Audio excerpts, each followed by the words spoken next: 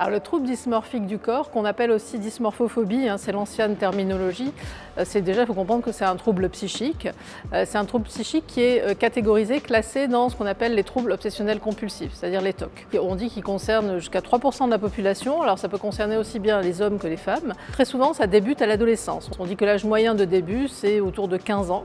Alors, ce trouble dysmorphique du corps, il concerne différentes régions du corps, le nez, le visage, les cheveux.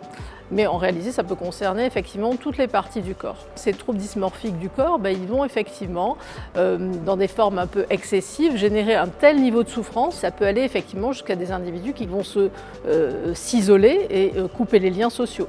Et il peut conduire malheureusement jusqu'à des gestes d'automutilation, voire à des passages à l'acte, voire à des actes suicidaires. Alors, la question évidemment qui peut se poser souvent, c'est finalement à quel moment est-ce qu'on s'inquiète? Il faut bien comprendre que ce n'est pas la préoccupation banale de l'adolescent qui se questionne sur les modifications de son corps. C'est vraiment un trouble psychique, c'est une distorsion cognitive, donc qui perçoit de façon exagérée une minime anomalie ou pas d'anomalie du tout. Alors ça peut être un petit bouton d'acné, pour donner un exemple chez l'adolescent, ça peut prendre chez certains individus 4, 5, 7, 8 heures par jour à vérifier, contrôler sa peau. Donc la prise en charge qui est proposée, évidemment, elle passe par la rencontre d'un médecin spécialiste psychiatre. Elle peut également passer par des approches corporelle, la psychomotricité, toutes les approches qui vont permettre à l'adolescent de se réapproprier son corps, et puis donc des thérapies plus spécialisées, plus ciblées que sont les thérapies cognitivo-comportementales. Parfois des traitements médicamenteux pour diminuer le niveau de souffrance psychique, l'anxiété vont être également proposés. Il faut bien comprendre que ce trouble dysmorphique du corps, donc qui est un TOC, peut être associé à d'autres comorbidités psychiatriques, comme une dépression sévère qui en soi va justifier un traitement médicamenteux. Ça peut être également associé à des troubles anxieux et notamment l'anxiété sociale qui en soi va devoir être aussi prise en charge.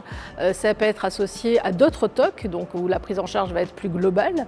Et puis ça peut être également associé à des abus de substances. Alors il faut bien comprendre que ce trouble dysmorphique du corps, il n'est pas associé à un trouble anorexique. C'est vraiment lié à des zones qui n'ont rien à voir avec la question du poids et de la silhouette. Donc la dysmorphophobie, le trouble dysmorphique du corps, il est quasi constant dans l'anorexie mentale à un moment donné de la maladie. Donc on a des dysmorphophobies qui vont pouvoir durer 2 ans, 3 ans. La dénutrition chronique qui existe dans l'anorexie mentale, qui rigidifie la pensée et qui rigidifie et alimente les cognitions, c'est-à-dire les pensées anorexiques, va alimenter la dysmorphophobie. Donc quand on prend en charge un patient qui souffre d'anorexie mentale, évidemment on le prend en charge de façon pluridisciplinaire en abordant aussi bien l'aspect somatique que nutritionnel que psychiatrique, en proposant notamment des approches corporelles, alors que ce soit de la relaxation, que ce soit de la danse-thérapie, que ce soit de la psychomotricité, que ce soit la socio-esthétique, par l'examen clinique du médecin somaticien, tout ce qui permet au patient de se réancrer dans un corps qu'il a investi de façon pathologique. Pour bénéficier de conseils et d'informations en santé, consultez la chaîne YouTube de la PHP.